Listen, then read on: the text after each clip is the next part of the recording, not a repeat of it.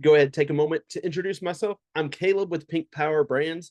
We have a cleaning company. We also have other types of businesses, and we've purchased and we've sold and we've worked at selling companies. We've worked at purchasing companies. And with this video series, we're going to take the knowledge that we've gained from the different things, such as some of these great books and other great YouTubers. So, a great book that you might want to listen to if you have multiple years to prepare to sell is Built to Sell by John Warlow. And if you need something a little bit more quicker, maybe Exit Rich by Michelle Sealer Tucker is a great, both of those are two great books that you'll find very much value in. Right now, though, I'm going to go ahead and break into the introduction, selling your small cleaning company.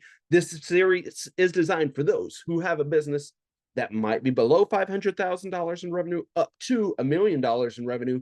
And it's to help you figure out systems, processes, and ways to increase your value, find out your why, and help you achieve what you want. So our mission right here is to help you, specifically businesses in the Dayton, the Columbus, Ohio, Cincinnati, Ohio area, prepare your companies for the best possible valuation. Yeah, that's going to create some competition for me for maybe buying your company if you got other people that are looking at it because you've optimized and figured out how to make it great. For example, in Columbus, Ohio, I got some competition. Kyle Walker, he's got a cleaning company over there, Real World Cleaning Services. He's doing great. If you happen to be in St. Louis, there is Matt Ricketts with Better Life Maids, phenomenal company.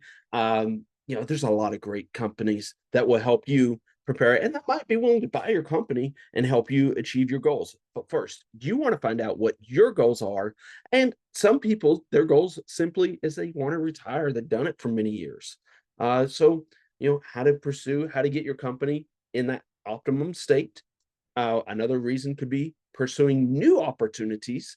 So maybe you want to take some of the profits and, start out just doing that thing on the side that you've always dreamed about. Maybe you're dealing with some health issues and or maybe you're just wanting to capitalize on a profitable business because you've done really good. So knowing your reason will help you set goals, make informed decisions throughout the selling process. A tip that I liked that I heard through Built to Sell is going ahead, writing down on a piece of paper that magical number. If your business sold at this number, what it would be. And this is what would help you create and push through the pain point of maybe the 5 years of preparing to get your business ready to sell. Or maybe, again, you want to sell more quickly and still write down that number. That'll help you a lot. So what we want to do is set realistic expectations. This selling process does take time and involves negotiation, legal considerations, and due diligence.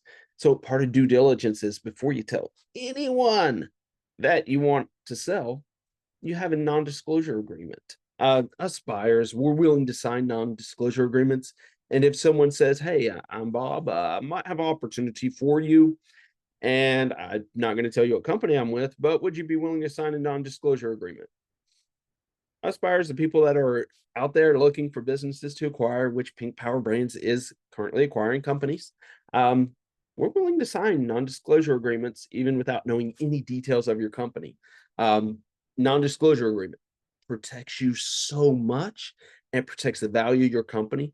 So that way someone doesn't go in and maybe take some of your secret sauce.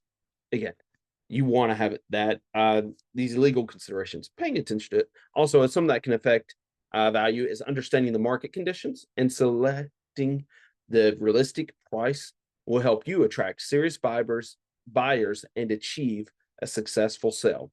So I'm going to list out a few benefits of planning ahead. It'll significantly enhance your business value. You'll want to have organized financial records. You want to have great operational efficiency and a documented customer satisfaction logbook. Oh, Google made this one simple for us. It's called Google Reviews. So someone sees your company's 10 years old, and over those times, every single year, you've gotten maybe 20 positive Google reviews. That lets someone know that you're a legitimate company, you've been around for a long time, and you've done a great track record over time of generating those positive reviews. And you can present a well-organized and profitable business to potential buyers So something that's key on the financial records is in Ohio, uh, you know, we it may sound fun to pay your people as subcontractors, but if a few key metrics are met, such as if someone from the government says, that person works more than like 20 hours a week for your company, that could actually really hurt you. Another thing that could really hurt you is if you provide them any type of equipment that could really throw up a flag. Uh, and with business valuation, when we look at it, acquiring someone's company, what we're going to do is we're going to look at it and say, what would it take for us to pay someone if that employee happened to quit? Today's market, if it was 2015, we might be able to get by, and we were able to pay people about $15 to $13 an hour, fully loaded. Now people are expecting, if they're working full time, to be receiving healthcare benefits. They're expecting to be receiving real wages that can help them take care of their family. And when this is fully loaded, a fully loaded pay, so we might be paying, uh, you know, it could be 25 to $30 an hour and going upward because of inflation. So when someone's looking at your company and they ask, hey, how many hours a week last week was cleaned? And if it was 200, they're going to quickly throw in the math of their head, 200 cleaning hours times 25, maybe $30 an hour. That could be $6,000 a week in payroll that they're going to have to go out. So the more that you know that, the more that it helps you just set things up. So throughout this series, what we're going to talk about is essential topics for evaluating your business, helping you prepare for the sale, getting the marketing strategies down, finding the right buyer, negotiating the sale, and legal considerations you want to pay attention to. Also, transitioning yourself away from the business and post sale considerations. So each video is designed to provide you with practical steps, real life examples to help you succeed. So I want to say thank you for joining us today. Up next, we're going to be talking about evaluating your business value, evaluating your business, getting its valuation, letting you know how to help you kind of just quickly do it. Again, I want to give a quick shout out to two awesome books, Exit Rich and Built to Sell. Those right there will help you with some other great books you might want to pay attention to is Ninja Selling or the Little Red Book of Selling. And thank you guys for watching. See you in the next video about the business valuation.